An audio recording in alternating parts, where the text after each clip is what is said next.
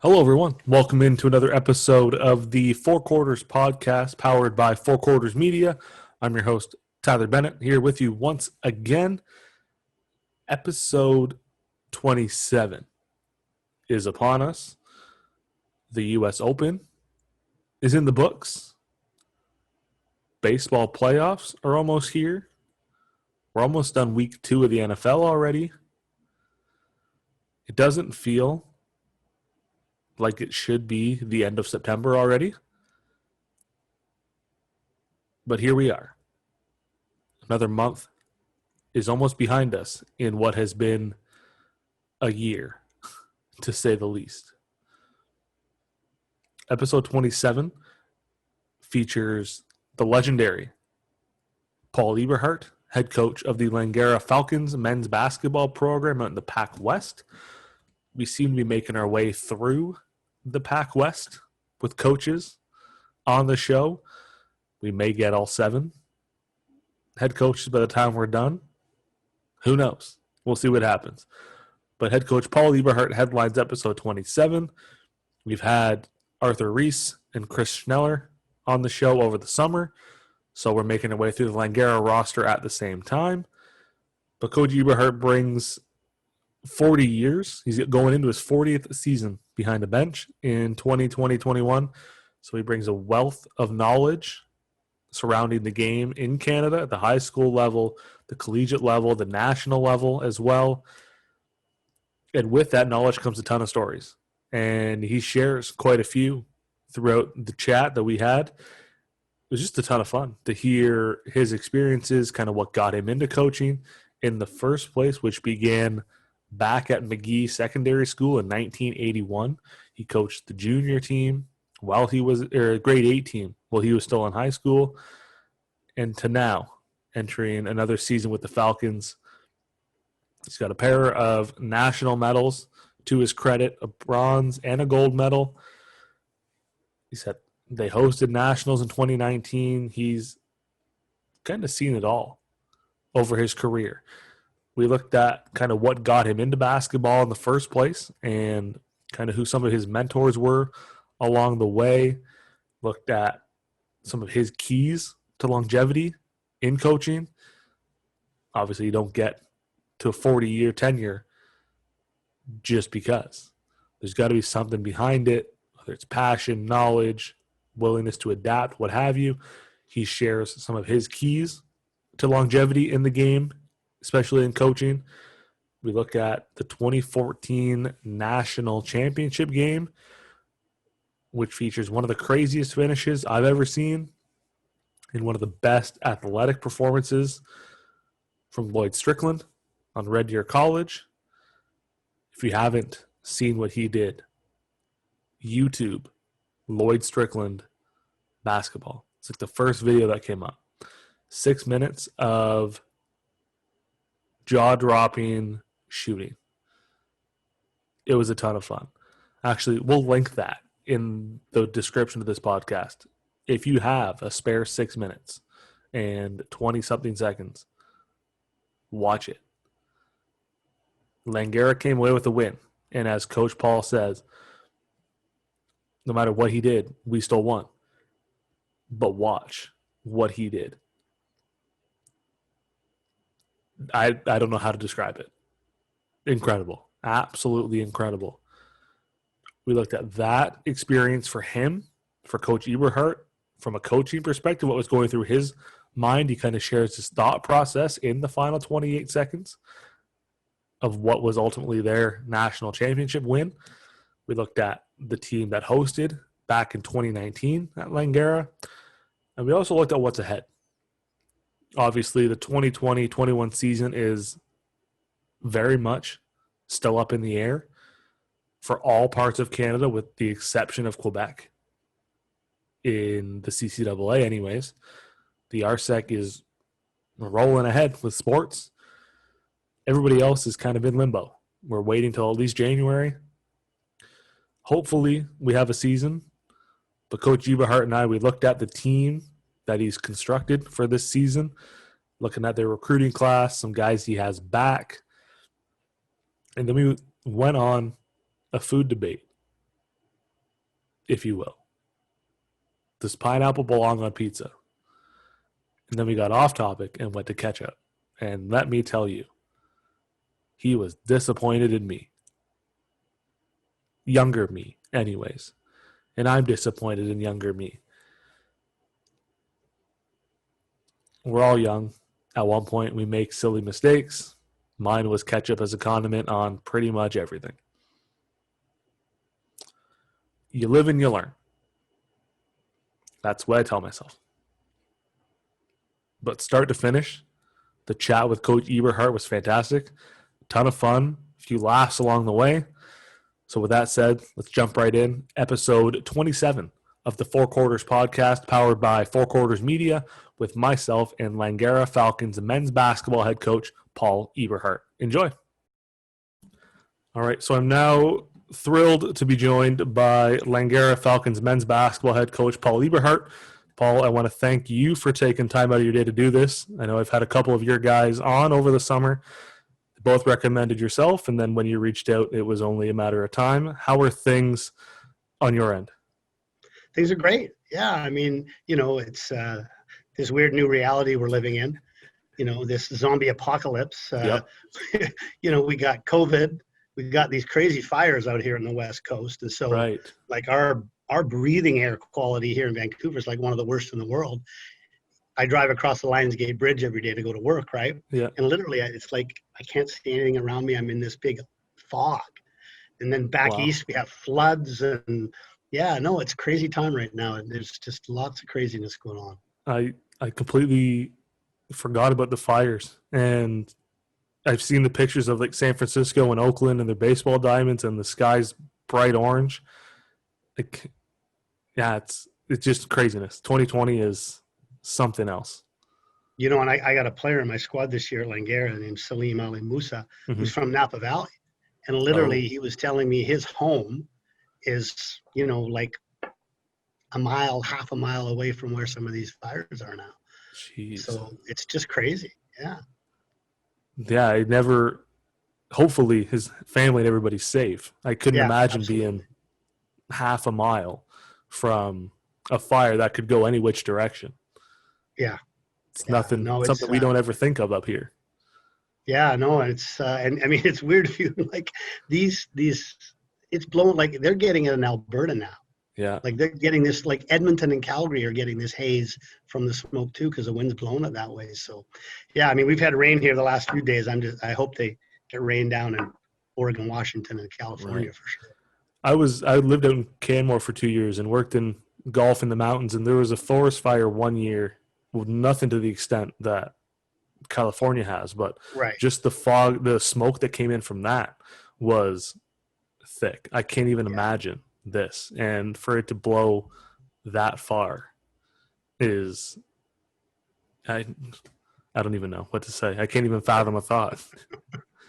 But 2020 just keeps throwing one thing after another at us. Yeah, it really does. Yeah, and it really does. Just see how much we can take, which I don't think is much more. You got to be very resilient, that's for sure. You have to, or else you're just gonna. I don't even know. I honestly cannot guess what's gonna happen tomorrow, let alone the next 3.5 months when this year's over. Yeah, absolutely. Before we get into obviously your extensive basketball coaching career and resume and everything you've seen along the way, what did you get up to in quarantine when everything shut down to kind of stay busy? Because it was a lot harder for some than others, I think. Yeah, I would say the first part of COVID, because me and my wife always go away as soon as spring break comes, because season's over, high school season's over, spring break, and obviously we weren't able to do that this year. Right. And so at the first couple of weeks of it, I just did nothing. Because I always like to do that after basketball season, literally like lay on the couch and watch TV and just do nothing. But then it started to dawn on me like, well, wait a minute, like I ain't going to be going back to work or doing anything for a while. So, I actually found it hard because you have all this time on your hand and like, okay, I'm going to do this and I'm going to do that. And it was hard for me to really get motivated at the beginning. Right. It really was. I just kind of like, And so, slowly as it continued, I started to read some books that I wanted, and I started doing some video work with old clips and things for basketball, and but I think not the weird thing, I think a really positive thing for me that's come out of this is I got to spend a lot more time with my wife. Right. And we've been married like only 6-7 years. Like I got married late in life, right? And I'm so used to being busy every weekend. And she just recently retired. She was a home care nurse, and so she used to work 2 overnights as well. Now she's home all the time. But it's really been cool, just because I just haven't, we haven't had that opportunity. Right. And I thought we'd probably drive each other nuts, but we haven't yet. So that's been a really cool thing about it, actually, is just the chance, even though we're not like traveling and going away like we like to do, just going for a walk in our neighborhood or sitting on our deck and barbecuing. And so that's been kind of a cool thing about it that I've actually really enjoyed. That's one of the dangers I find too, with having all that extra free time. You have that list of things you want to do, and then you said you struggle with that motivation that you just, oh, well, I've got more time, the same amount of time tomorrow to do absolutely nothing. I'll just do it then. And before you know it, 3 weeks have gone by and it's still not even been started. Yeah, no, that's totally true. I must admit, I had this whole plan to finally get caught up in my taxes. And well, I did at least start it. I still have a ways to go. My wife and I've only been married 2 years, and this was like the first me working from home, and then she was here all the time. And I think she would have a different opinion, but I think I definitely got on her nerves after a while, and then she's going back to school this year too, online, so she's going to be here all the time. Right. Heaven forbid schools get shut down and I'm working from home again and she's doing school at home online. I don't know. I don't think I'll make it. I think I will go to sleep one night and there'll be a pillow on my head in the middle of it, and we'll never know the rest of what happened. It's just, I don't know.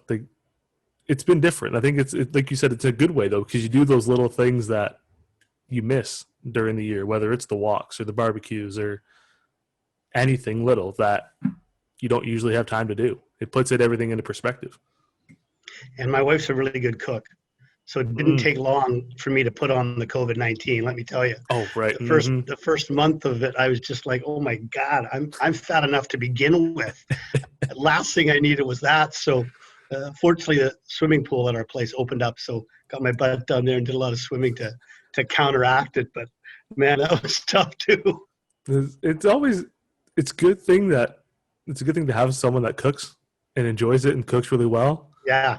But then you eat a lot of it, and then when you have all the free time and you're not doing anything, it's not going anywhere. Yep. And that adds up quick. The weight adds up real quick. Oh yeah. Like it snuck up on me too, and I'm thinking, oh damn, got back into the school, stepped on a scale. Okay. That happened. This is new for me. Okay. Let's see what we can do. What have you thought of the NBA bubble? I've seen you're vocal on Twitter when it comes to the NBA. What were your thoughts on how it's all played out so far with the bubble life? Well, it's interesting. I was skeptical, like I think a lot of people were, that that this whole experiment they were trying would work. But right. I mean, really, we have to hats off. It's worked. Yeah. I mean, they've kept them all safe, and the product they've actually put on the floor is much better than I thought it was going to be. Mm-hmm. I think, there's been some sloppy play, but I think it's been generally a pretty high level of play. Yep. I love it because it's nice to have that to watch again, right? Right.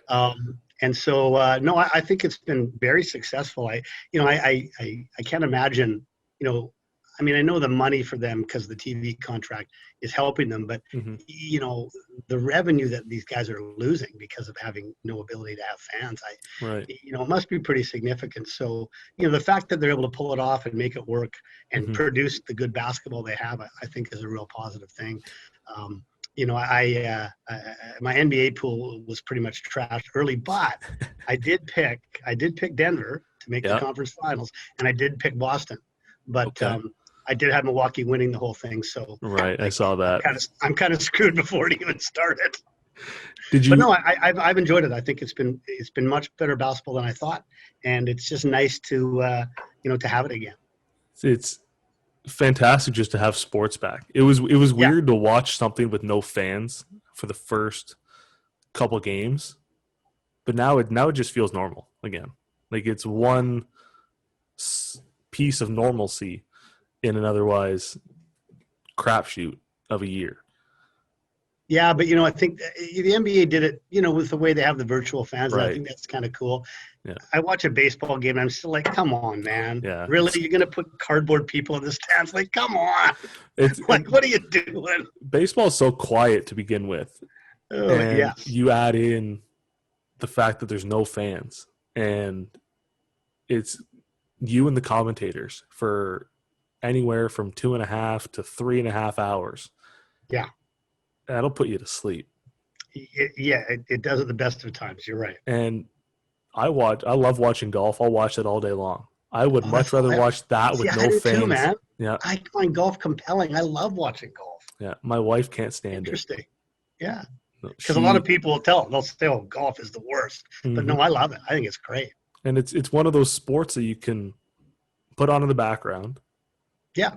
Go do something, come back half an hour later, you know exactly what happened without really missing anything. Yeah, no, that's true. And it's just to shut your mind off. It's not loud, it's quiet, just relaxing. I don't get people who don't like to watch golf. It's weird too. It doesn't make any sense. I agree. I got to get your take on the Clippers before we go into yours, because and Denver, I guess, 2 series down 3-1, and they're in the conference finals against the Lakers. But I think Denver kind of partly won the series, but I don't know if the Clippers really wanted it after a while. Well, it's funny. I've been, we have a WhatsApp chat with our team, right? Mm-hmm. And, a lot of the guys like to talk about the NBA on it. And very early on, I just said, the Clippers worry me because they offensively, they stand around a lot. Yeah. They do a lot of ISO. Guys aren't cutting. They're not. They just don't do a lot. No. And you even saw in their first series that it almost hurt them on a few occasions, right? Mm-hmm. And I think what you saw in this series is as Denver started getting momentum and having these big second halves, Clippers. It almost looked to me like they didn't know what to do. Yeah. Which is really weird considering the players and the coach that they have, right? Mm-hmm. But yeah, they to me just stood around, and I think offensively, the stuff that they were doing was atrocious. Yeah, like it just wasn't good. No. I mean, they're still a great defensive team, mm-hmm. But you can't be that bad offensively in this era in the NBA, right. And expect to be successful. Mm-hmm. And so there was a lot of hype and maybe a bit of overhype with them. Right. And in Denver, Murray and Jokic have just shown that, they're clutch guys. Like they hit all the big shots when they needed to, and the Clippers didn't. I didn't think Denver defensively was good enough that they could beat the Clippers, but they didn't need to be. The Clippers beat themselves. They're so shitty on offense. I think that Paul George 3 off the corner of the backboard just summed up their entire Yeah, I know people went nuts playoff. On Twitter about that one. Oh, they went crazy on that. They went crazy on Kawhi leaving. And once Kawhi left, you knew when they lost, people were going to go nuts. And then when the Clippers gave up the house, the farm, everything, the land to get Paul George, and to have it end the way it did, the internet's a ruthless place. They have no limits. They have no filter. And when you go up 3-1 and lose, you better hide. Yeah. No, their Bomber's going to have some difficult decisions to make. Like I worry that Doc Rivers is probably in trouble. Maybe he should be. I don't know. He's certainly, a veteran and been around and shown he can win, but boy, they underachieve badly. So, yeah. I was kind of worried about Denver when Porter came out and said that they need to go to more guys other than Murray and Jokic. And I thought, in this press conference, and I thought that's a slippery slope to go down as a young guy, and that's a locker room conversation. That's not full out to the media. Totally. But I don't know if it maybe rallied them a bit. I don't really know, but they didn't really seem to off their game. They didn't really. No, and their other guys kind of did their role, right? Mm-hmm. They did the things that they're capable of doing. Right. And even in the last game there, Van Gundy and the announcers were quite worried, Jokic needs to get back in it. But, when he went out, they went from 9 to 15 or something. So, those guys did their job. So, who knows I don't know if they can give the Lakers a run or not. I really don't. But it'd be nice if they did. It'd be nice to see. It'd be cool to see Denver in the finals. But then again, the internet would just go absolutely nuts on LeBron, the Lakers. I would enjoy that. I would too. I would thoroughly. I don't tweet much from a personal account, but I think I might have to dust it off and blow off the cobwebs for a couple there, and then just go back into hiding for another 6 months until one of my teams does well, and then I can gloat again. But when they don't do well, I just kind of hide and fair enough. Stay quiet. Your career has started. You started in 1981 coaching. Yeah, when I was a high school student. Yeah. Out at McGee Secondary. Yeah. Coached the junior team. You are now entering. This will be your 40th season coaching. Oh my God! If I had to say it out loud, sorry so if I did it that way. You've seen kind of everything along the way. You did high school junior, high school senior, national program under Jay Triano, done the college route. What was it that first got you into basketball? Well, it was my family, right? I had an older brother who was, we played sports our whole lives. Right. My dad, my mom were all into it, our whole family, my sister. So, we played everything when we were kids, right? Mm-hmm. But basketball always kind of drew us. My dad was a really good basketball player. He played for McGee, of course. Okay. My mom was the head cheerleader. So total soppy story right there. They married right out of high school. And it just always kind of drew us, basketball. Mm-hmm. My brother's a phenomenal athlete, way better than me. He went on, he played at Mount Royal, and then he played at UBC. And, but he actually, I always told him, my grandfather always told me this too, if he stuck to baseball, he would have had a shot at the pros because, he's 5'11" dude, right? So, but he was a very talented basketball player. And so it just kind of stuck with our family. Mm-hmm. And, it's funny, my dad, he won the BC championship in 1961 with McGee, right? Right. And there was this picture on our wall at home blown up of his team. Mm-hmm. And so I always saw that as a kid, and I always thought, this is what I want to do. Mm-hmm. And I remember going to the high school tournament out here, for those that don't know, is absolutely the best thing ever.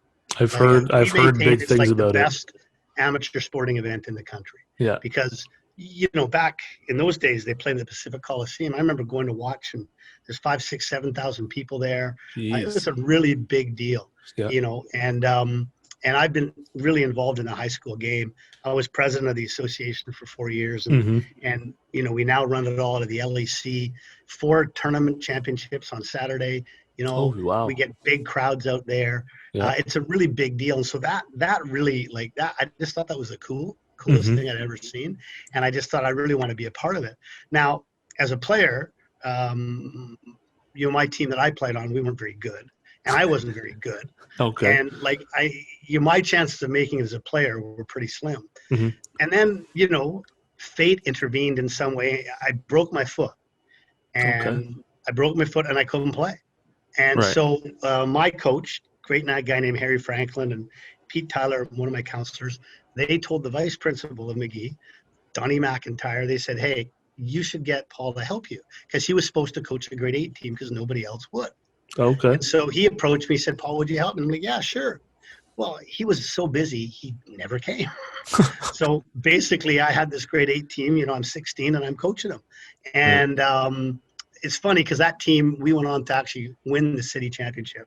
So I am 16 thinking I'm the greatest. I know everything. I didn't shit back then. But it was like I knew. It's like, I want to do this. I Yeah. want to be a teacher and I want to be a coach. And so sort of from that moment forward, I went to UBC and did my PE degree. That doesn't even exist anymore. It's now human kinetics. Right. Right. And then I did my teaching degree, and that was how I got into it. So while I was at university, I coached McGee the whole time I was there. Really? And when I was 21, they asked me to coach the senior team because the coach that was going to do it got transferred. Nobody else wanted to do it. Really? So here I am, 20 years old, coaching a senior varsity team. Like I said, sure. And again, I had a really good team, and we did pretty well. We actually made the tournament, which was my ultimate goal, to make the BC tournament. So, right. Yeah. So I basically been doing it ever since, and I just I just love it. Like in the 40 years, I've actually coached high school all but 2 years. Yeah. So even when I was at Cap all those years and at Langara, I was still doing, at least not maybe a senior team, but at least a high school team. So, I got into it because I wasn't the greatest player and I broke my foot. And, that turned out to be a pretty good thing for me. And as they say, the rest is history. Yeah. Hopefully still writing some more history Hopefully. too. Like, I'm not done yet, man. No, not even close. Not even close. Was that overwhelming for you, being a 20-year-old senior varsity coach in the tournament with such a big crowd watching? It was, yeah, it was. I mean, like we opened up, we actually won our first round game, and we played a Centennial team, and that was coached by like one of the biggest legends in high school out here, a guy named Richie Chambers. And I remember because he came into our locker room after the game and told, hey, you guys played great, you should be so proud of yourselves. And then he talked to me after, and like, it's like, oh my God, Richie Chambers is talking to me. Like, I couldn't believe it. And then throughout the years, there's been a few guys, like high school guys, who've really been my mentors. And so, I mean, that was just it was a bit of an overwhelming experience, but I think I was too young and too stupid to really know that at that point. Right. So like I wasn't nervous or afraid right at that point, because it was also new to me. But that was a pretty cool start to my coaching career at the senior level, for sure. Yeah, it's almost like you're a little naive to it. Like the first time you do something that's that big, you don't realize the spectacle or whatever. It's just like another game. And then as you get older, you realize, oh, okay, like this was a big deal. This is absolutely. It was pretty special. I think growing up for me, like my dad always had like pictures of him playing goalie and my grandpa playing goalie on the wall, and that's what I always wanted to do. And they never let me play goalie. It was my mom's deal. So I wonder what could have been if I would have been able to do what was on our walls. Yeah. My mom said, sure. my dad was a goalie, my uncle, my grandfather. My mom said, one idiot's enough in the house. You don't need two. It's like, okay, that's fair. I don't want to. Clearly, it's not me that's the one, so I'm in the clear. I'll just ride the wave and do whatever else. But it's always interesting to hear how like people get into it, and it's always fate at the right time. So for you, it was a broken foot and just weren't as good as others, if you will. Yeah, no, absolutely. Yeah, absolutely. Were there, other than Chambers, who were some of your other mentors in the game or idols in professional college that you kind of looked up to and maybe modeled your coaching style after a little bit? Well, the one thing I think I've done throughout my career is I've been a really good thief. Mm-hmm. I've learned to steal from all kinds of different guys, different things that worked for me, right. And then, sort of tried to make them, my own. Mm-hmm. But, I mentioned my brother played at Mount Royal, yep. And he got the chance to play for like a legendary Canadian coach named Jack Kenyon. Mm-hmm. So I got to go out there when I was like my first year university, so 19, and hang out with my brother for a bit. And mm-hmm. I got to meet Jack, and I got to hang out with him. Mm-hmm. And like he is just a brilliant coach, like absolutely brilliant. And he worked with national team, and he was one of the most successful coaches in Alberta. But when I started getting to talking to him, he never talked to me about X's and O's ever. But okay. He talked to me about his philosophy of he called it the iceberg philosophy, okay? And it's about how to teach players to play roles, okay? Okay. Mm-hmm. And it was probably one of the most important things I've learned as a coach is you have to make your players understand sort of the role that they need to play for the team to be successful, right? So, like you got the iceberg and the stars, of course, everyone sees the top of the iceberg, right? Which are players, but underneath, you don't see how big that iceberg is, right? And if you don't have a really strong base, then a ship will just run right over it. But if it's like the Titanic, it's going to sink because the base is strong. So it's an analogy I've used and I share with my players ever since. And about, you might not be the star player, you might not get your name in the paper, you might not get all the attention. But if you, as the 12th man, don't do your job, we're not going to win, right? It doesn't say in the paper that, hey, Johnny beat the crap out of Jimmy every day in practice to make him a better player. Right. And so you really have to convince and sell your players on this. And Jack was just brilliant at that. And so I really learned that from him. So he was a really big influence on me when I first started coaching, for sure. And Pat Riley, he did the same thing, and he did it before anybody else did it in the NBA. Yeah. He started it with the Lakers, convincing, somewhat star players or, that, hey, you got to take a bit of a different role if we're going to win a championship. So to me, I think that's really been a big reason for, why I've been able to have some success is that interaction I had with Jack at that time. I think that oh, go ahead. Yeah, no, go ahead. I was going to say that iceberg philosophy can really be applied to pretty much anything. Coaching, basketball coaching, any sport, business, whatever it is. Any leadership role, you can basically apply that philosophy to it. I think that can kind of go anywhere. Yeah, no, you're absolutely right. It's to me, it's a recipe, a plan for, being successful.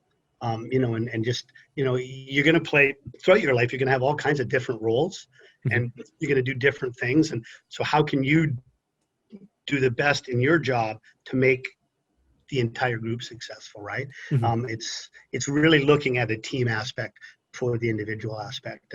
And to me, that I've never really had a team that was very successful that didn't buy into that. So yeah, that was pretty influential. And then Don Nelson was always someone that I looked up to in the NBA. He just was so innovative. He did so many like weird things that nobody else did, especially in the old days when they had the defensive rules they had. Like they did so much, like isolation. And Manute Bol, who he coached, was useless offensively. So he just stand him at the 3-point line. So he said, okay, Manute, you're going to learn to shoot threes. And so he did. And he was very innovative. And I liked his personality. And I got to meet him once. My brother actually helped set it up. We went down to Seattle when Dallas was in town. Now, I had the good fortune to coach Steve Nash on our provincial team. And so Steve was playing for Dallas. So I was able to set it up that I could meet him after. My brother was doing some media work. So we got these media passes. He arranged for me to meet Don Nelson. Oh, okay. So I go into the Dallas change room. Steve was in the shower. I was waiting for him, waiting to meet Don. And I'm just sitting there minding my own business. And Dallas had lost a fairly controversial game to Seattle. And Cuban sits down beside me. He doesn't have the slightest idea who I am, right? And he looks straight at me and he says to me, he says, are you fucking kidding me? These guys just screwed us. And I said, oh yeah, I said. And he goes, look, they didn't follow the rule. And he's pointing to the NBA rule book about something. And he's just bitching at me like crazy. And I'm just, oh yeah, Mr. Cuban. Oh yeah, like it was just so surreal. And then he stormed off. And then Steve came out and I had a nice visit with him. And then I got to meet Don Nelson. And, it was really cool. He was a really nice guy. Yeah. I thought the thing that was the funniest, though, is they had a guy, I don't know if he was like a manager or an equipment manager, but his job at the end of the game after Don Nelson finished with his media scrum was to bring the Miller Lights to Don and Del Harris, who was his assistant. So he had this little igloo cooler, and he brought them in, and they're getting out the Miller Lights, and he goes, "Well, here, Paul, have one." So, I got to have a beer and talk to like my hero, Don Nelson. So that was pretty cool. That's wicked. Cool. Yeah. That'd be also Mark cool. Cuban was so mad. It was just crazy how mad he was. And he didn't even know who you were. He just sat down. He picked somebody. He needed somebody to vent to, I think. Right. So pick somebody with nobody else beside him. And I'm going to sit beside this guy, and he's going to hear what I have to say, whether he likes it or not.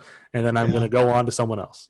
Yeah, it was pretty funny. I wonder if they still have those jobs. I'd be quite all right if I was a beer delivery guy for a coach. That would be Hey, it's a I'd pretty take that sweet job too. pretty That would be sweet a lot of gig. fun. As long as they can give some once in a while, like if I can have the occasional one and not have to deliver them all the time, I think that's might have found my new calling. Might have to bring that one back. There you go.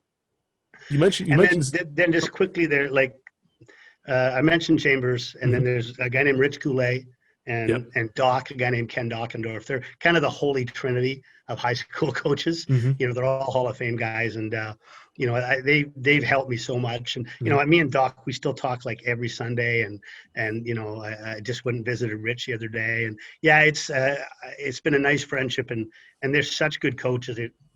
If you just need someone to phone and talk to about this or about that or your team, so they've been very good mentors to me too. Okay, I'm gonna have two follow-ups to that then. One, you just mentioned Rich Goulet. I was gonna get into it later on. 2019, if I was not mistaken, you won the Rich Goulet Award for outstanding service. I did. What did that mean to you to have him as a mentor and then win the award that's named after him?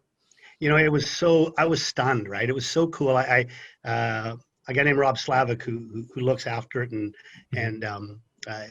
I've known him for a long time. He runs the grade 9 championships, BC's out here. And he said to me, he came at me at the senior tournament and said, "Hey, Ebes, you want to come up to my box up there and watching the game? And I want to talk to you about something." I'm like, "Yeah, okay."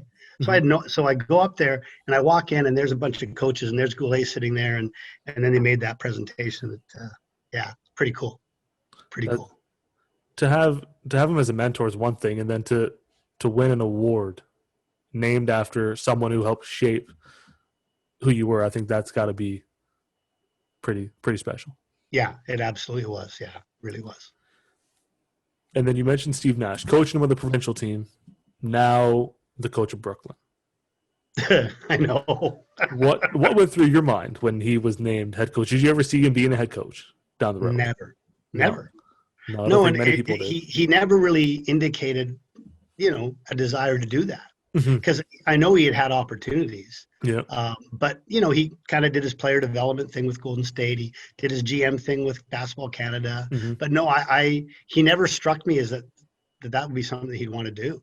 No.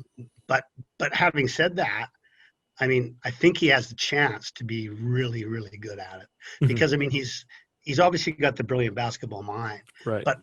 But when it comes down to it, he's a people person. He knows people. Yeah. And he's so humble. I'm really excited for him. I think it'll be a really good opportunity for him.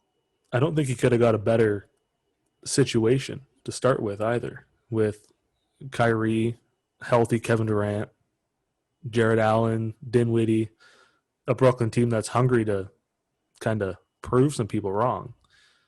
He could have. Yeah, I mean, potentially that's a loaded team, and clearly, clearly as we know how the NBA works, obviously KD and Kyrie were in favor of this hire. Yeah. Yeah. Now, having said that, just between me and you, I can't imagine how difficult it would be to coach Kyrie. But, if anybody can do it, Nash has the right personality. And Steve looks like he's in good enough shape. He could probably still play.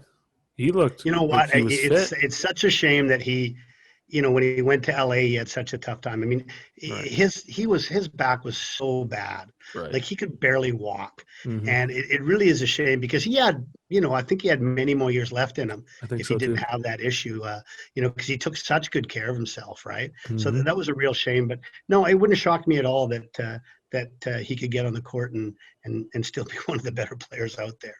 Those practices, if he gets angry and he decides to put the shorts on and go out there, I'd pick him most days. Oh my God, he's a super competitive dude, man. Right. When I was working with Jay on the national team, we were training at the old Grizzly Center out here in Vancouver. Okay. Yep. And so we were scrimmaging. So we didn't have refs. So Jay's like, "Oh, Ebes, you ref that end," and Andrew Cook, who was like the manager for the men's performance team, he was refereeing the other hoop. So I quickly looked to see which way Nash was going. because there was zero chance I was going to be at the hoop where he was on offense. And sure enough, like every time down the floor, he just ripped Andrew Cook every time for not giving him a foul. And it's like, oh, I made the smart move being over here, man. Super competitive guy. Yeah. He seems like a really nice guy and really humble, but as soon as that game's on, he flicks a switch and he's everybody's worst nightmare, talent-wise, and he wants it. Yeah, and no, absolutely. He was like, growing up. I was never a big basketball guy. I don't know what happened as I got older. My parents probably asked the same question: where did they go wrong?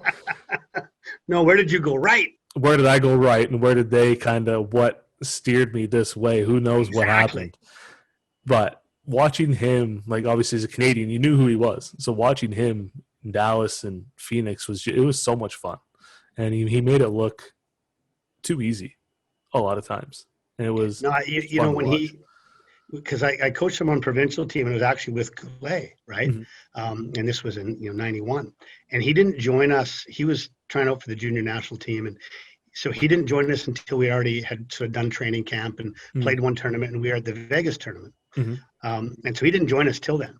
Right. And we had our first practice, and I don't know, Goulet was in some real foul mood, and it was like an unair conditioned gym, and I mean it was just a brutal. But he joined us for that, of all places too. And literally, like after that one practice, he was the leader of the team.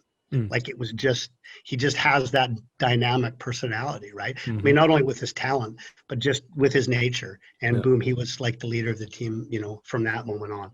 Yeah, and he sees the floor so well, and he mentioned his IQ. Like he's a smart player. Like point guards are a different breed, and they just 100%. See the game so much different than everyone else. That's why I think he's going to have success as a head coach, even if he never gave off the vibe that he wanted to coach.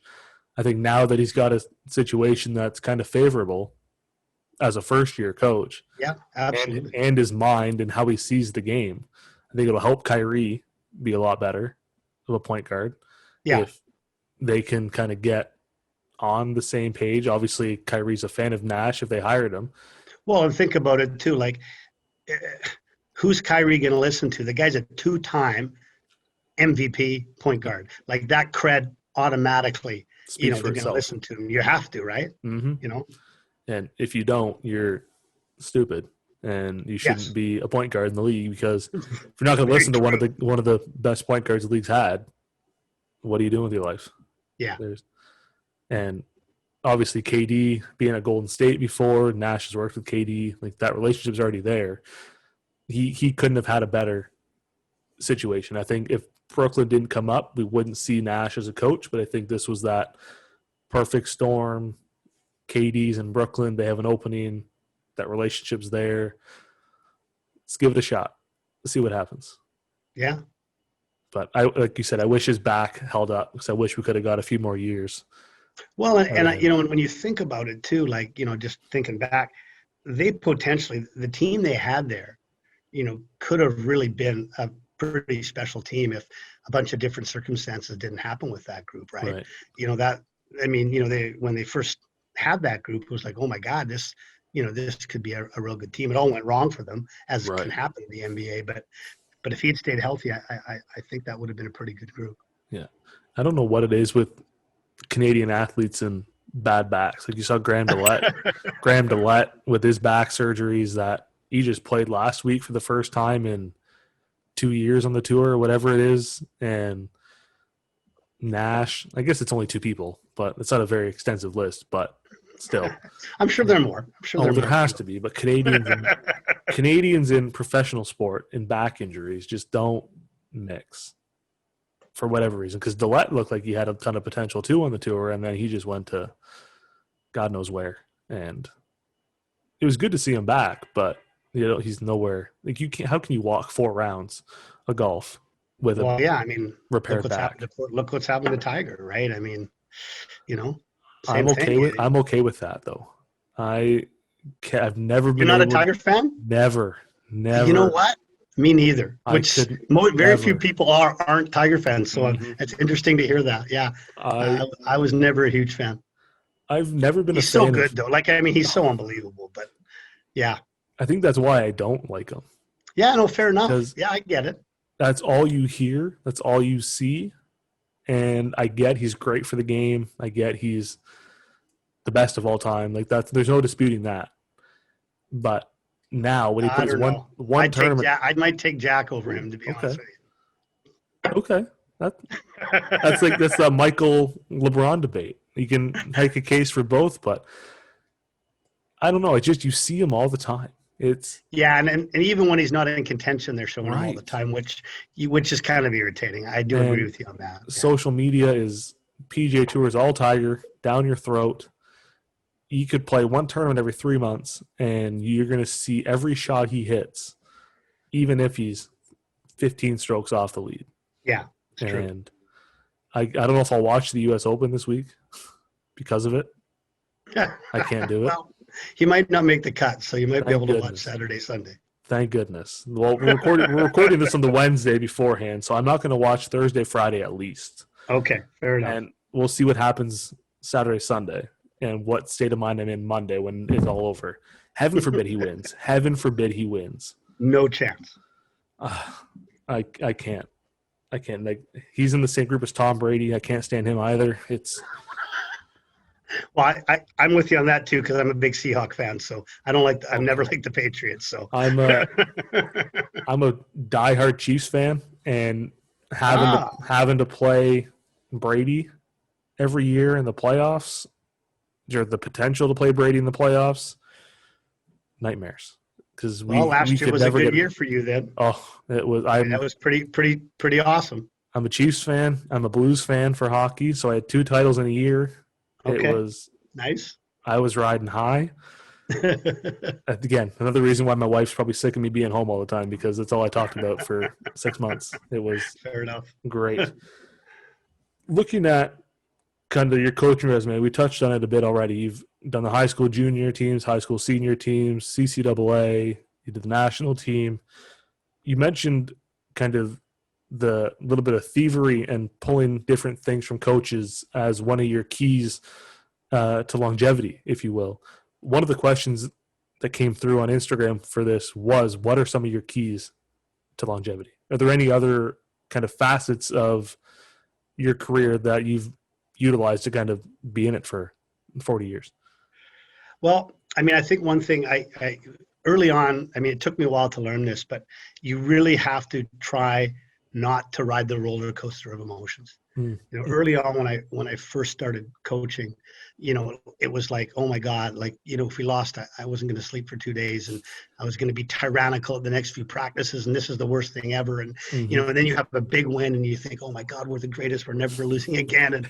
And so I think, you know, kind of as my career went on, I became much more even keeled about that kind of stuff, you know, and you kind of figure out that you don't really worry so much about the wins. I know it sounds corny, but you don't worry as much about the wins and losses as opposed to the process that you're going through, you know? And the one thing that I really learned is, instead of being like devastated or pissed off or angry about a loss, it's just such an opportunity to learn. You know, like my high school team that won the championship in 2011, in the previous year in 2010, we were in the final. It was a different tier. It was 2A, and we lost, and we were the favorite, and it was devastating. But I guarantee you that loss is the main reason why we won in 2011, like 100%. And even with my Langara squad, you know, we were the number 1 team going into 2013 in Montreal, and we were, you know, like 25-1, and we lost to Holland in the semifinals on just like absolutely emotionally crushing way that we lost. I can't even go into it now, or I'll be sick. And what made it even worse is we had beaten VIU 4 times that year, and that was Kosminski's first year at VIU, and they upset Sheridan, and then they won the whole thing. They beat Holland, you know, and our guys are just like, oh my God, we beat them 4 times. But you know, but again, having said that, like, after that loss, we got to go on this amazing trip to Taiwan in the spring with my Langara. It was just one of the best trips we've ever done. And that trip and that loss, I guarantee you that propelled us to winning the next year. Mm-hmm. Like just the energy the guys had from that focus and just the lessons that we took from how that happened. So I think that's the other thing that helps you last a long time is if you don't overreact to those types of things and you look at it sort of like, okay, we can find a positive out of this and make ourselves better. So I think for sure that helps to last a long time. Right. I mean, ultimately though, like you really have to love it. Right. Like you do. You can't kind of fake that part of it. You know, obviously my energy levels as I'm getting older, you know, are not what they used to be, Right. but like I still love it. Right. Yeah. And players will recognize that and they will see that. Yeah. And so, you know, you really have to, you can't fake that part of it. Mm-hmm. You kind of have to be in it for the right reason. And the other thing too, I would say is I think it's important to really take time away from the game too. Right. You know, like, you know, when it's spring and when it's, get away from it. Go Mm-hmm. do something else. Go Right. hang out with a different, you know, whatever it is, and get refreshed. One of the things I worry about with players now, you know, with all the club play that goes on and all the, you know, I think we're seeing a lot more players get burnt out from just, you know, not doing something else, playing a different sport. Right. So, yeah, I think those things as a coach, if you want to last, I think, you know, I think those are things that you have to be able to figure out. I think that's one of the things too. Now we see a lot of coaches and parents try to push their kids to play a different sport in the off season, so you don't lose the passion, you don't lose the energy, you don't get burnt out. Because guys and girls are playing basketball all year round. They're finding gyms in the winter, and then in the summer they're playing outside. Hockey is a year-round sport. You can play in the winter, play in the summer. You don't really learn anything new, and it's all one sport all the time. Yeah, it's mentally draining. It's exhausting. No, 100%. And I mean, obviously, as you get older, you're gonna start picking the sport and doing more. But you know, like we talked about Steve, right? Well, I mean, Steve was the MVP of the soccer team. Yep. Okay, they won the soccer championship. Mm-hmm. He was the MVP of their basketball team, and he was like a first All-Star, I think, on their rugby team. Right? Jeez. Like he played, you know, and this was in his grade 12 year. Right. And I think when you talk to most coaches, and I know when you look at a lot of different blogs and things that NCAA coaches or Canadian university coaches, they talk about that when they're recruiting, they like to look for the multi-sport athlete or the kid that has done those other things, you know, like, you know, when I was coaching at McGee, I loved it when the guys played rugby in the spring, because they came to basketball fitter, more aggressive, ready to go. Or if they played soccer, then their spacing concepts were better. And I think there's a lot of value for kids to understand that and not have this need to specialize so early. Yeah. I think when you're younger, just play whatever you can. Just get out, play, meet, make friends, whatever. Just try everything. And then when you get to the high school, grade 9, 10, when you can understand the process and learn to specialize in a sport, that's when I want to focus on this. But when you're younger, just do it all. Yeah, just absolutely. Play whatever you can. And I feel bad for my parents. They put me in a lot of sports I was never very good at. So they spent all the money on like soccer, baseball, hockey, whatever. And here I go and pick golf to be my best sport that I ever played growing up. So, I mean, if they listen to this, sorry that you wasted your money for 15 years for me to pick a sport that you didn't put me in. So, I mean, you learn, you live and you learn as you go. And yes, you do. That's the way it is. Before you mentioned the 2014 national title. Yeah. The last game, I've watched it a few times in the last couple of days. Yeah. Just the last 28 seconds, I think, were one of the crazier endings I've seen in a while. What was going? Well, obviously Lloyd Strickland he hit everything, and he hit 4 threes in 24 seconds. You guys were up 7 at the time, 81-74. Yeah, we're up 7 with 28 seconds to go. Yeah. And he hit 4 threes on 4 straight possessions. Brody Greig kind of got lost in the mix, hit 9 of 10 free throws to keep you guys ahead. But what was going through your Yeah. mind when he hit the first three and then just didn't miss? It was that whole tournament actually at Quest was really probably the most amazing CCAA tournament I've either been at or been part of. Right. There were so many incredible games in that tournament, right? Yeah. Like right from the beginning, Quest almost beats Sheridan. The number 2 versus number 7. Quest actually was the only team that beat us that year. Yeah. Right? They beat us once in league. So, and they had all their fans there, right? It was an awesome environment. Yeah. And Holland lost in the first round, and there was a lot of really good games. And like, before I go over the torture of Lloyd Strickland, the semifinal game we played Vanier, we were down 10 with a minute 23 to go. Yeah. We were down 10, and we just had this amazing comeback and got a steal and hit a 3 kind of at the buzzer. And then we ended up winning like 103-101 in overtime. So, I mean, that was one of the greatest comebacks I've had a team do, 10 and with. So the next night, the Red Deer game, it was crazy back and forth. Yeah. But then we built a lead in the fourth quarter. And we were actually up, as much as 10 we were actually down 10 to start the third. And then we were up 10 with like 5 minutes to go. Yeah. And then it was back and forth. So now, like you said, we're up 7, or was it 8? Sorry, you already told me. 7, 81-74. Yeah, right, with 28 seconds to go, and they have an inbound. Strickland, who's a very good player, had a pretty quiet game. He hadn't actually hit a 3 yet. Yeah. He had maybe 1. Like, he had been pretty quiet. So he comes off the zipper queen right out of bounds, bangs a 3. Okay, we're still up 4. We're good. We get inbound to Brody right away. They foul him, right? Brody makes 2 free throws. Okay, it's back to 6. Okay, yeah, the world's good again. It's over. Yeah. So they get into Strickland, and he comes down, and the next 3 he hit, he must have pulled up at least 15 feet behind the line. Right. It was closer to the logo than it was the 3-point line. It looked like. And he nails it. I'm like, shit. Okay, get into Brody. So we get into Brody. They foul him again. Goes down, makes both his free throws. Right. So we're up 5. So now. And Pottinger had no timeouts left. No. Right. So now I tell the guys we're going to pick up sort of full 2-2-1 and get the ball out of his hands. Well, we don't. He dribbles through everybody, and he pulls up from the top and bangs another one.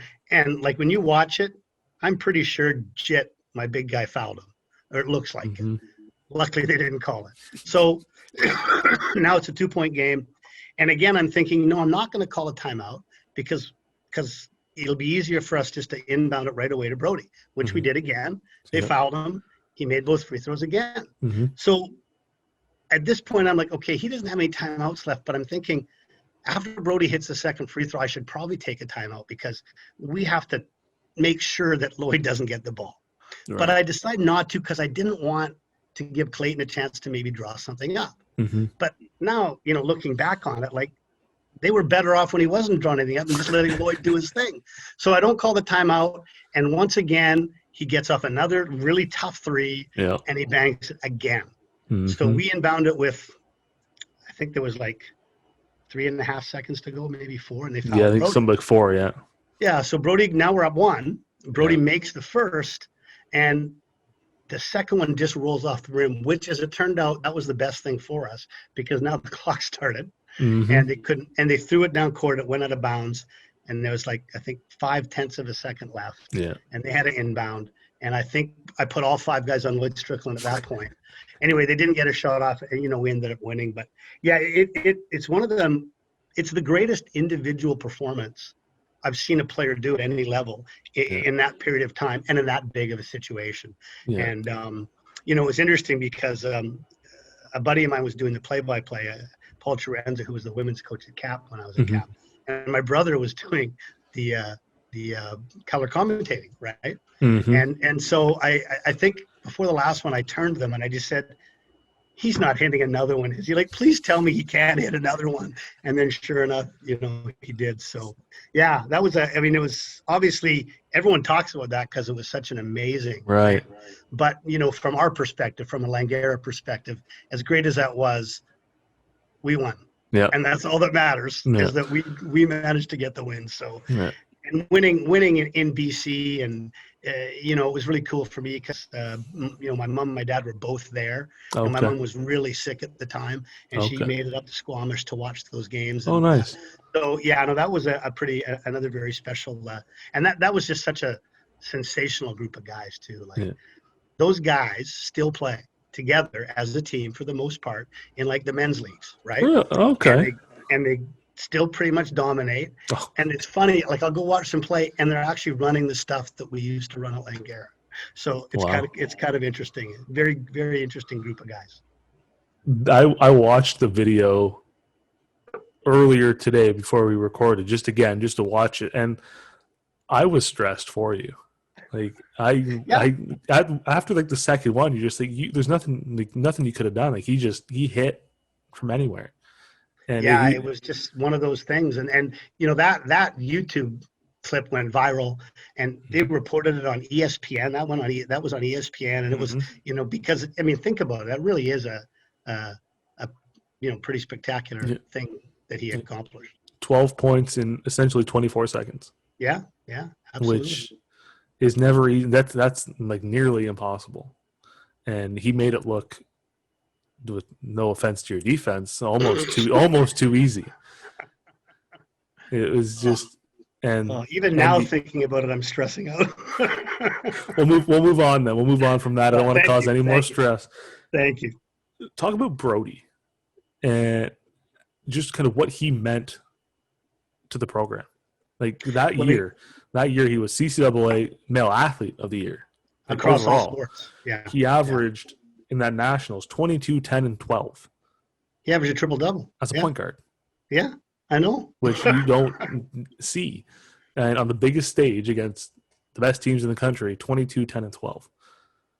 What did he mean to the program overall?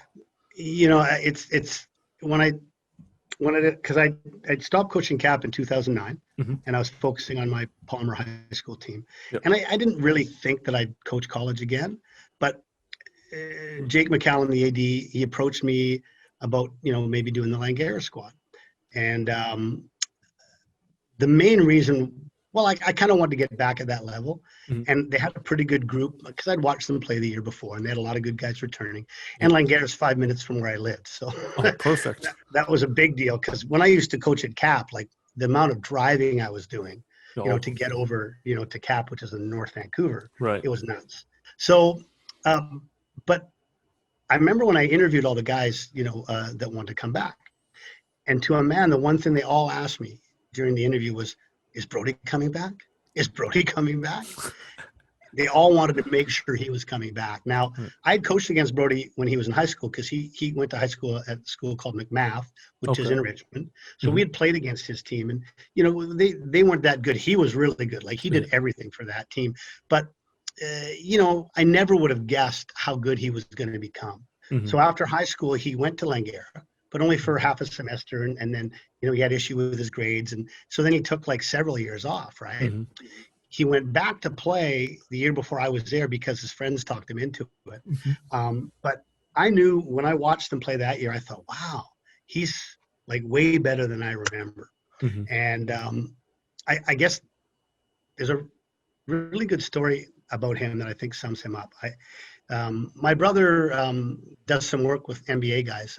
He's gotten to know Mike D'Antoni quite well, so he's done work with some of those guys. And when D'Antoni was in LA, Meta World Peace was there, and so Meta was coming up to Vancouver quite often, and so he asked my brother to do a workout for him.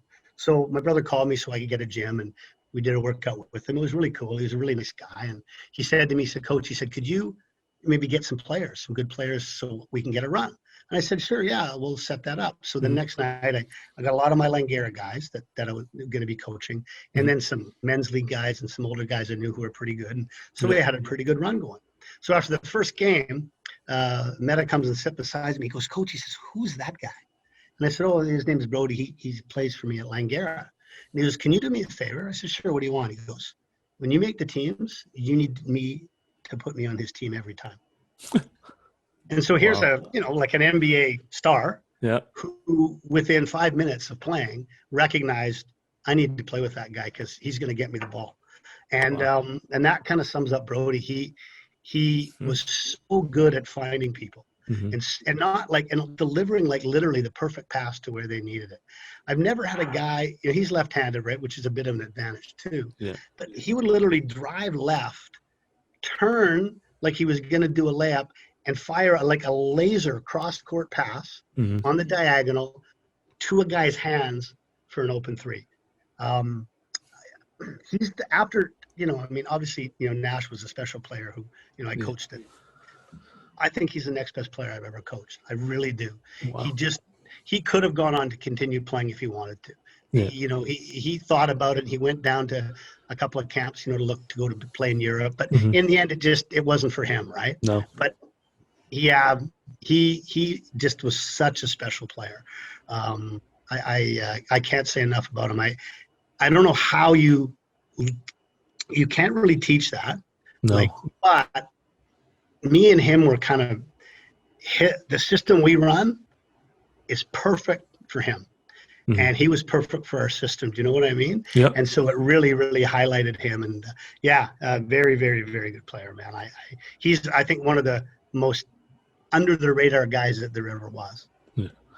I like hearing like stories about him and like other guys and girls that have come up over the years makes me wish I got into this a lot sooner, just to kind of appreciate what he had talent-wise on the court and what he brought.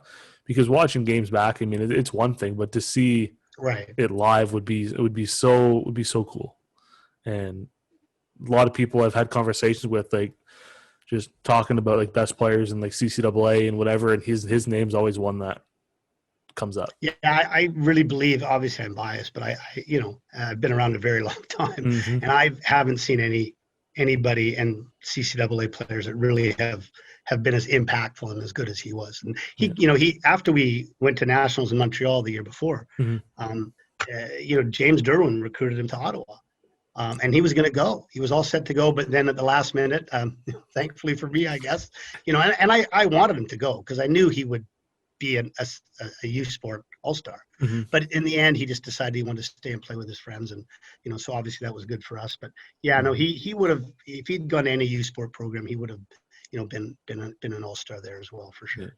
It's always good when like he just obviously plays it for the right reasons. Just play with friends, stay close to home, and have fun with it. And worked out for you guys with the title to boot. So yeah, but that's what nice. Pisses me off is we haven't beat the Grey ever since those guys finished, right? Because most of them came back the next year. Yeah. And we made another run. I didn't get it, but so ever since then, I haven't won one alumni game yet. Those guys come back every year and beat me. I got to get them at some point, man. They beat our team every year. Well, because they're still running the same stuff. They play all year round. They run it better than my present day players do, man. They have team practices. They're playing these runs. They have it all down pat. Like they know what they're doing. It's clockwork for these guys at this point. It's just rinse and repeat and do it until they beat us, which hopefully is sooner than later for you. So a little bit less stress as well. Then hopefully get one on them. That'd be nice. What was it like hosting nationals before we get into what this year could hopefully have? What was it like hosting in 2019? You know what? It was really cool. I talked because Langara, for those who've never been to Langara, it's the same gym that Langara had in the 70s. Okay. When I was in high school, it's a dungeon. It's in the basement. It's, it's a full-size court, but the wall is literally right before the end of the court. Okay. Like the key to Langara players being good is learning how to fall into the wall properly, into the pads, right? Yep. So it's a huge home court advantage, but we could never host a national tournament there, right? But it was BC's turn to host coming up, and I talked to my AD, and he said, Jake, we got to host. I said, let's go out. Now, I had a lot of experience as the high school president dealing with the LAC. Right. And I said, listen, it's a phenomenal facility. We can use, their back court, which holds about 1,200, be perfect for us. And so I talked him into doing it. And so I was really excited about it because never at Capper, I'd never had this opportunity. So, from just hosting the event was a big deal for me, but also, having a chance to compete for a national title, knowing that you're there already. Right. So yeah, I was really excited about that. From a basketball point of view, I've never had a year where more went wrong in my life. Like we start the year, I got a lot of older guys for that team because, Right. you know, in the CCAA, you kind of need those guys. Mm-hmm. And Ravi Basra, who had been a 2-time All-Canadian for me, Yeah. right? He first day of training camp, his knee's sore. He goes and gets an MRI. He's done. ACL. He's out for the year. So I lose my All-Canadian point guard like on September 1st. You know, then my rookie of the year, a guy named Harry Liu, he'd been rookie of the year before. He just decides after a month that things aren't right for him and he's not going to play. And so I lost 3 starters before the season started. Right. And I'm like, oh my goodness. Oh no, hang on. I'm sorry. Hang on. This was the year before. Okay. Because I was building a team that year Right. to play the next year. Right. Right. So like, and I had Martin Bogiev on my team, who's a league all-star from CAP. And, Yep. you know, so that year went quite well. You know, we lost to Douglas in the semis in a really close game. And Douglas went on, you know, to come second in Canada that year, right? Yep. So I anticipated, I built that team for those guys to be the crux of my next year's team. Then all of a sudden, a bunch of them didn't come back because academically, then I lose Ravi, then I lost all these players. And my backup point guard, who had a good first half of the year, he became academically ineligible. So it's like, this is not the team I thought I was going to have. And anyway, we did the best we could. Yeah. I was able to add a pretty good point guard after Christmas to help. And we scored, that team, we scored like nobody's business. It was ridiculous. Mm-hmm. I've never had a better offensive team. We just scored like crazy. Yeah. It was the worst defensive team in the history of my coaching. Like we couldn't stop anybody. Okay. I swear, I'd go there in practice sometimes and I'd go, hey, Antonio, guard me. And I'd be by him in one dribble, you know, my fat ass. Like we were so bad. So, you know, we ended up having an okay year. You know, we competed pretty hard. Mm-hmm. It's funny, right before Nationals, we played VIU at home and we lose by 1 at the buzzer. So I'm thinking going into Nationals, you know, we got a shot at this, right? And unfortunately, we just, you know, we played Holland first round and they were so good and they just, you know, hammered us. Yeah. And then we competed in the consolation side. So from a basketball point of view, it was disappointing because, you know, we didn't do as well as I thought we could have or should have. Mm-hmm. But from an event point of view, this was the first time lower mainland basketball fans had ever been able to see the CCAAs because they were hosted in Squamish when we won it. Right. The last time before that, they're up in UNBC at Prince George. Right. Right. And, you know, Langara had never been able to host because of their facility. So it was really cool to have the local basketball fans and coaches come out and see the product. Right. Because I've always said this, it is a really good product that people don't get to see or know about. And so it was good for our basketball community here because people saw, like, you know, when you see like a Sheridan play and a Vanier play with all these amazing athletes they have, right? And, you know, VIU, of course, won it again. Matt got his second title, right? Right. You know, and they weren't, you know, they were like not the favorite. So it was a great tournament from that point of view. And it was really successful from that point of view. So I'm really glad that we hosted it. It's, like you said, it's a good product that nobody really gets a chance to see. And when you see teams from all other 4 leagues and the styles of play are so different, it's a great event from start to finish for basketball fans, for anybody to watch. There's just so much there to be a part of. And it's just an atmosphere that you can't really replicate.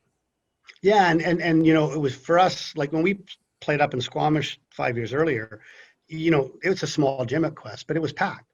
It was like 1,000 people in an 800 people gym. So the environment was great. And, you know, luckily for us, VIU made the final because that really helped sort of to have a pretty good crowd, you know, for that final against Sheridan too. So the other thing too about it, CCAA ball is a very guard orientated basketball for the most part, right? So it tends to be, I think, a bit more up and down, fast break, sort of entertaining game. You know, a lot of time in U Sport, because they have, you know, bigger, stronger guys, and, you know, and you'll see like, you know, scores like 65-62, or you don't really see that in our league. Like for us, that's a halftime score, man. So, you know, so I think from that point of view, it's a very entertaining style of basketball for people to watch. And you get the odd team that has a big or 2 bigs, and then they are strong defensively, and then you see the low scoring games once in a while, and it's just a ton of fun. And like I could go on, like the CCAA as a whole is so overlooked and not like it doesn't get the attention it deserves. But when you get an event like that in your home region, it's just fantastic for the entire basketball community around there. Yeah, absolutely. Yeah. Looking ahead to this year, obviously it's who knows at this point. Just a crapshoot. But I operate under the pretense that we're going to have some sort of season until we're told otherwise. As long as students wear masks, don't go to bars all the time, because Southwestern Ontario, Western University has an outbreak, and heaven forbid one school gets shut down, then we're all in because of them. Absolutely. But looking at what this year should hopefully have. Yeah. Looking at your group, you have announced 6 players so far. If my math's wrong, I apologize. You've got Gurinder Sidhu, Salim you mentioned earlier, Marcellus Lennon, Caden Skelton, Arthur Reese, and Chris Schneller. Right. Did I miss anybody? That you have announced already? No, there's a couple more exclusives I'll give you today. Ooh, exciting. I like this. I like the exclusive side of things.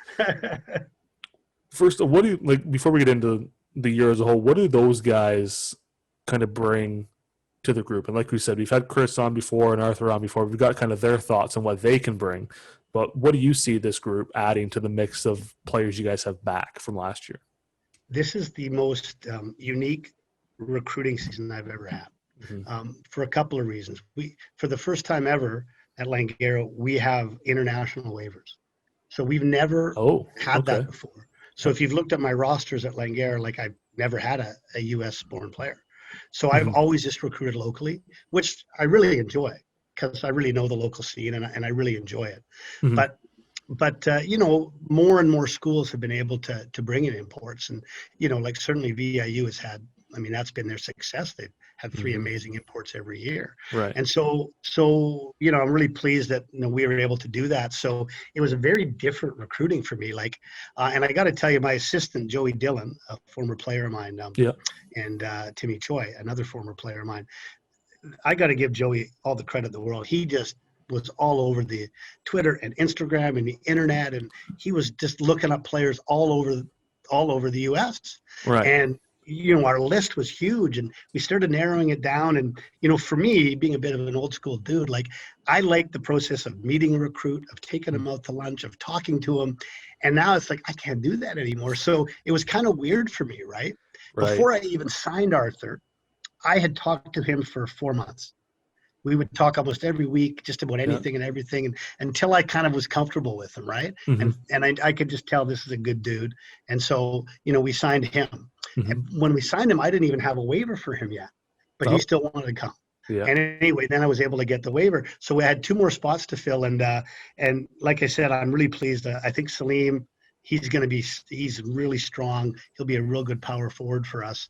And another kid that I haven't announced yet is a kid named Alayasa Bray, and he's from Pittsburgh. Okay. And he played a year of junior college, and he's a really long athletic guard. I think is going to bring a lot to us. So that was how we filled our internationals. But because we were doing so much recruiting, internet and online, I also found a kid from Quebec, and he just got into school last week, so just in time.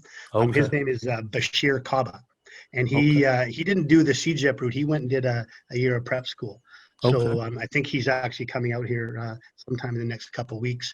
Luckily on now, right now, like I told him, I said, hey, there's no rush coming out. You can do your courses online, and once we know we can start up, we'll get you out here. So so those are sort of our international recruits from outside the Lower Mainland. You mentioned Caden Skelton, he's from Kelowna, and Gurinder Sidhu and Marcellus. Those are our 3 sort of true rookies. They're coming right out of high school. Of course, returning, we really only have 2 guys, right? Okay. We got Moise, who led the league in scoring, and Pac West All-Star, should have been a first All-Star, by the way. Yeah, I agree. and had a phenomenal year for us. Mm-hmm. And then Jazz is back for us, Dudwall, and he was the rookie of the year last year. Yep. Now, I have another player that's kind of returning, a guy named AJ Chahal. So he is a local kid, but he played prep school back in Ontario, Mm-hmm. and then he played a year in the NWAC down in Washington State. Okay. So he'll be in his second year. Again, if he had played for us last year, I think that really would have made a big difference for us. Mm-hmm. But he academically wasn't eligible yet, so he's now eligible. He's like a phenomenal scorer. Okay. And I think with all the attention Moise is going to get, that's going to help both him and Moise a lot. So he's kind of a returning player because he did practice with us all last year. Right. And then, of course, we've added Chris. I heard his podcast with you. He was quite kind to me. The fact that I actually cut him twice. I still laugh about that too. That's fantastic. Yeah, it's interesting, right? But then, like when, I had a chance to talk to him a little bit. So he came to some of our games, and he was coaching at a high school, and I I'd heard that he might be coming to Langara, and so I said, Chris, what do you think? Are you coming? Yeah, I'm coming. I said, well, you got to come play. And he was like, I'm really excited about that. So, that's going to give us, even more depth at the guard for sure. Mm-hmm. So, I mean, I think we've put together a really good squad. It's frustrating for me because I haven't, for example, I haven't even met Salim yet. I haven't even, just except through our Zoom chats, right? Right. Because we haven't been allowed to practice. Right. However, we are going to be able to start next week. I just got that word from the college yesterday. It'll be mostly just individual stuff and social distancing stuff, but at least we're able to get going a little bit. Right. And my hope, is that things continue to go well, and that come January, we'll get to play like a full Pac West league schedule and have a league championship. Yeah. There's still a chance, because the CCAA hasn't made a decision yet, that there might be a national championship. Right. But, that's kind of shooting for the sky if we can get that to happen. But it's so unknown. I got literally 3 guys back, and there's still a couple more that I think are coming, but haven't quite confirmed it yet. Mm-hmm. So I think this is a really good team. Yeah. But, coaches always think that in September we'll have to wait and see how we develop. But I'm really excited about it. I really hope that we can at least get conference seasons in. Nationals would be obviously a perfect scenario. Yeah. But if we can at least get league play and play for a provincial title, that would be real cool. That would be awesome. And that would be considering everything, that would be a real victory if we're able to do that, I think. Yeah. And I think it's all going to be no fans. I think that's my guess. It's going to be you're going to rely on your live streams, but still, there's ways to do it safely. I just hope they let us. I really hope they do. Man, if there's no fans, I at least hope that during timeouts they still play music. Oh, 100%. Because sometimes I can be a little loud in my timeouts. If you ever watch my teams play, I'm very rigid about timeouts. All the guys on the bench have to get up and walk behind and stand behind the bench. Mm-hmm. And then the starters will sit down. Now, people think that's because, I'm this great educator, and that way they're all going to see and they're going to hear me. No. That's so they're blocking the fans from hearing what I'm saying. Just a barricade. Yeah. So, as long as they still play music at timeouts, I'll survive. I think they would have to, or else it would just be dead silent, and you'd hear coaches, crickets, and that would just be. Yeah, you're right.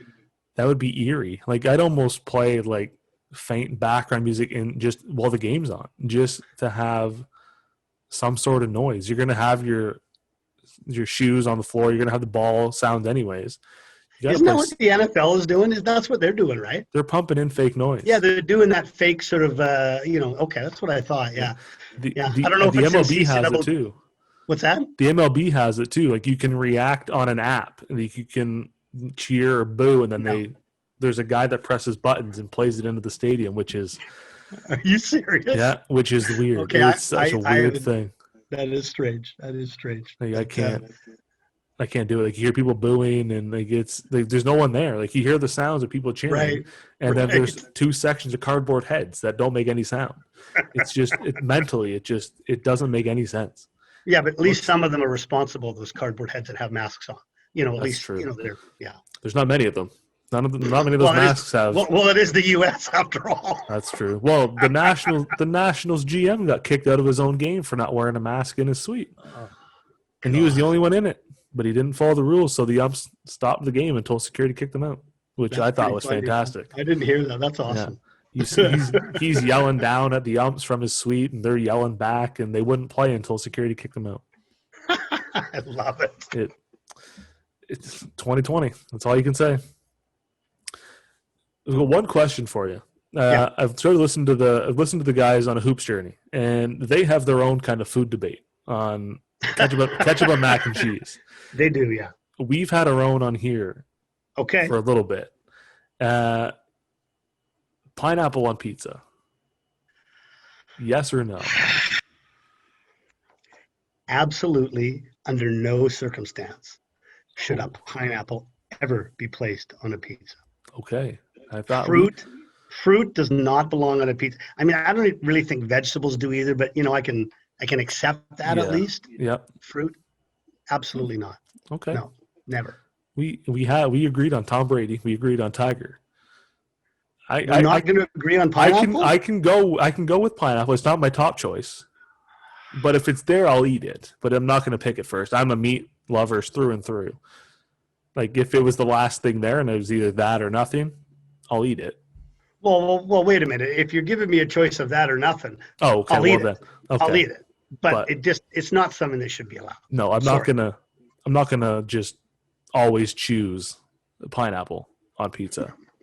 But I don't know. It hasn't got as deep as their ketchup on mac and cheese debate, which I'm all for. Ketchup 100%. You're starting to lose me now, but I'm going to let that go. Okay. I'm going to let that go. Not a lot. Like younger me would have doused it. Younger me was ketchup on everything. I have very strong feelings about ketchup that, it simply is not a condiment that should even be allowed on anything. Oh, okay. Except for maybe French fries. But hey, that's okay. That's another conversation. It was ketchup on meats on everything as a kid. Like that was a staple with everything.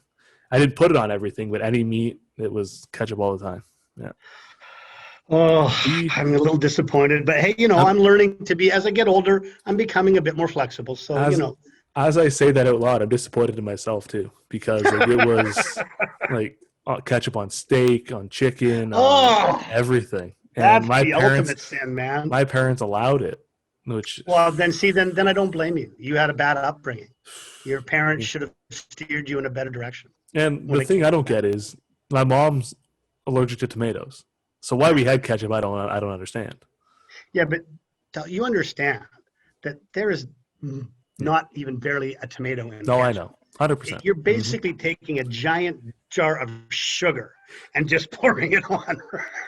When I was like 2 or 3 babysitters, I don't know, one of her nieces or nephews put ketchup on French toast and pancakes. Wow. Which I can't do. Like I'm glad you draw the line. Even I have a line in that. That's good. That's way beyond. I was talking to somebody on here that when they have breakfast, they put syrup on the pancakes, the eggs, everything. Like that's. I don't know. Looking back, younger me, I'm disappointed in younger me. 100%. But yeah, back in the day, it was ketchup on. You name it, there's ketchup on it. All right. I also used to eat chicken wings with a fork, so that's fine. Yeah. And pizza with a knife and fork, or? Oh God, no. Or how about a Snickers bar? It's a famous episode of Seinfeld. Okay. Where George was trying to be more distinguished, and so he had like a Snickers bar out when he was working for the Yankees, and he pulled a knife and fork, and so then everyone started doing it. And people were eating like Skittles with a spoon, and it was the high class thing to do. It's sophistication. It's the way of the world. I'm gonna have to try that now. Snickers bar with a knife and I might do it next time my wife's here. She's gone to work. I'm gonna pull out a chocolate bar, a knife and fork on a plate. There you go. Napkin tucked in, and class it up. She won't know what to do. She'll just probably turn around and leave and not come back. one last one before we kind of wrap it up You bet. is I ask everybody this in the CCAA youth sports. How do we, just to brainstorm ideas to continue to grow the respect, the attention, the admiration around CCAA and youth sports, men's and women's basketball? Because I think there's so much more that can be done to get it to where it should be, because so many times it just flies under the radar until nationals roll around. You hear a little bit, you see a little bit, and then that's it. And local media does what they can to an extent. SIDs can only do so much because it's usually one person doing everything. I know you guys out west have Howard Smurra, Varsity Letters, who's doing fantastic things out there. Yeah. But collectively, what can we do to get this more on a national level so people out east are knowing what you guys are doing at Langara and vice versa? Yeah, it's a tough one because it always has kind of amazed me. I mean, I know it's a bit of a sport culture in Canada, very different from the U.S., which is fine. Yep. But youth sport and CCAA, I never really gotten the type of respect it should get or deserves. No. I think one of the things, like, I always get a little bit irritated when, a lot of club coaches or high school coaches or, even the media to a certain extent, they just love to go on and on about, NCAA Division I, or this guy's going down south. And well, that of course should be celebrated. The truth is, certainly for us out here in BC, that is a rare occurrence. Mm-hmm. Right? Very few are good enough that they're going to go. I mean, obviously in Ontario, it's way more prevalent, right? But out here in BC, it's very infrequent. And it's okay. Like I tell kids, like, hey, if your dream is, to go down and play down south, awesome, go for it. But have a backup plan at least, right? So I find that a lot of people, they really romanticize that and they talk about it. And then when a kid signs and decides, he's going to go play up at TRU, or he's going to go to UVic, or he's going to go to, VIU, nothing. Yep. Like, it's almost like, they don't hype it, they don't talk about it. And I think we do ourselves a disservice as Canadians in that we're not more excited in promoting it, because, I mean, we have some amazingly talented players and teams. I mean, when you look at what Carleton has done, like, it's one of the greatest sort of sports stories that I can think of. Like, it far surpasses what, John Wooden did at UCLA. Yep. I mean, when Shields won 7 in a row at UVic, no one thought that would be done again. Like, it's an amazing story and accomplishment, and we need to celebrate stuff like that more. And I don't know how we do that. And I don't know how we get more people to invest in it. I know some schools do a better job of others of promoting it. But, like, it's weird. I can remember back, when I was younger, UVic and UBC, that was a big deal. Yep. And there'd be 2,500 people in War Memorial. Or the old Buchanan Cup when UBC would play SFU. I mean, those types of rivalries and things, for whatever reason, are kind of lost now. I don't know if it's because there's just so much more to do, in terms of, like, as a sports fan now, you can sit at home and watch, 40 games on the internet if you want. But I wish schools would do a better job promoting. I think schools should take a lot more pride in their broadcasts. Some schools do. Some schools literally put a camera at midcourt and someone just moves it back and forth. Right. I think if they did a better job of, promoting it and having proper announcers and things, that might help a little bit. But yeah, it can be discouraging at times that it's not sort of seen, in a more important light than it is. And I don't know exactly what the answers are, but, I think, all the things that people are doing, like, what you're doing here, these are the types of things that are going to grow the game and are going to get more people involved. So, we just have to, keep trying to push that as best we can. Yeah. You mentioned, like, whenever a player goes down south, like, it's everywhere on social media, like, it's hyped up and everybody talks about it. A kid will commit to a school up here and it's almost like it's crickets, and it's almost like they might second guess themselves. Like, I'm staying here, I'm committing to a university to play sports. No one's talking about it. Did I make a wrong decision? Who knows what's going through their mind? But they see so-and-so getting the same level, going to a school to play basketball, in a different country getting all this attention. They're staying home. And fantastic education up here. But like you said, there's hardly a word. Yeah.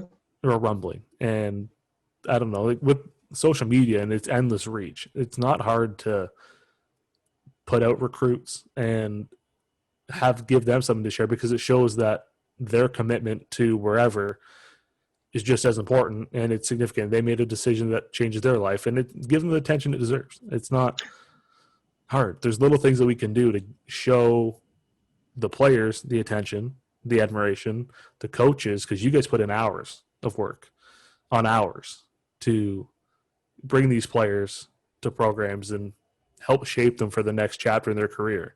And even that goes so far unnoticed that it's a shame. Top to bottom, programs, coaches, players, just doesn't get nearly the level of respect it deserves up here. Well, no, you see on Twitter, certain, clubs or programs that, he got an offer here, he got an offer there. And again, because I might know a little bit more than others, I know for a fact that they didn't, that it's just a form letter that they got. Yep. And that player will end up going to play here somewhere, and you don't hear anything about it. And there's a few guys I've contacted, and I say, what are you doing?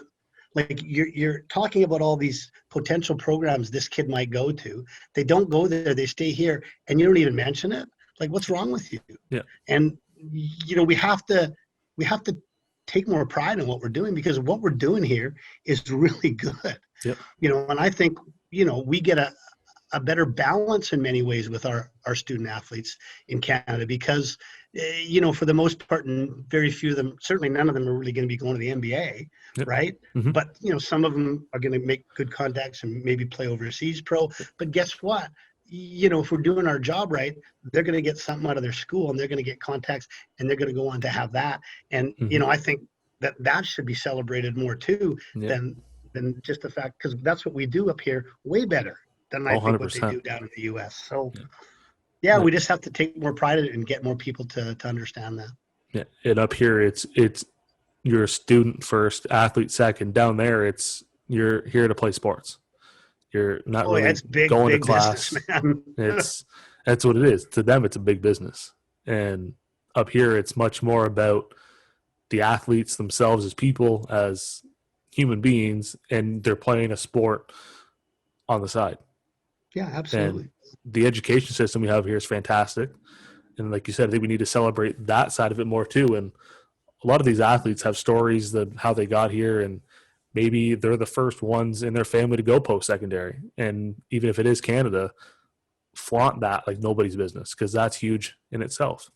Yeah, for There's sure. a lot of these athlete and coaches stories that go untold over a 2 to 5 year career that should be given light, because who knows who it could inspire in the next generation, or just shows you a bit more of who they are as the person that they are, and not just an athlete at the end of the day. Yeah, absolutely. Yeah, but absolutely. I don't know what the answer is. I don't know if there is a perfect answer or a perfect scenario. I just hope that we can continue to have outlets kind of push it, because national media is a struggle. Yeah, and a real struggle. That's a conversation for another day. I could go on for hours, because if we should flaunt those rivalry games that you mentioned too. Like, those should be big time conversation pieces whenever they happen. But absolutely, yeah. Like, you could ask the younger generation now, what's the best rivalry out east? They have no idea. No, they would have no clue. But we'll hopefully get there one day, because I don't know when.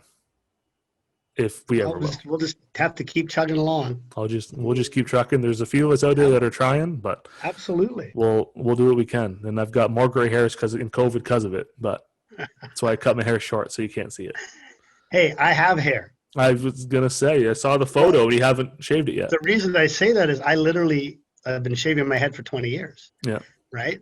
And until COVID came, I didn't really think I would be able to grow much back. And now that I, have a little bit, I'm going to see if I can let this flow go for a while, see how Ooh. far I can get. Wow. I mean, the beard's always been crazy. Yeah. But this is a new addition up here. What is that? Is your wife a fan of the hair, or was it a shock to her when it kept going? No, she's good with it. Yeah, she's good with Okay. it. At least for now, anyway. We'll see. For now, until it grows out more, and see what she says after that. We'll see. Well, Coach, I want to thank you for doing this. This was a ton of fun. Yeah, And I hope I didn't babble on too much for you. I find myself just people will tell stories, and I'll just get lost and listen, and then I'm like, oh shit, I gotta grab things and keep going. But I get caught up in it. So no, it was a ton of fun, and I appreciate you doing this, and I'm glad we were able to finally find a time that made it happen. You bet. Thanks so much for having me, man. Anytime.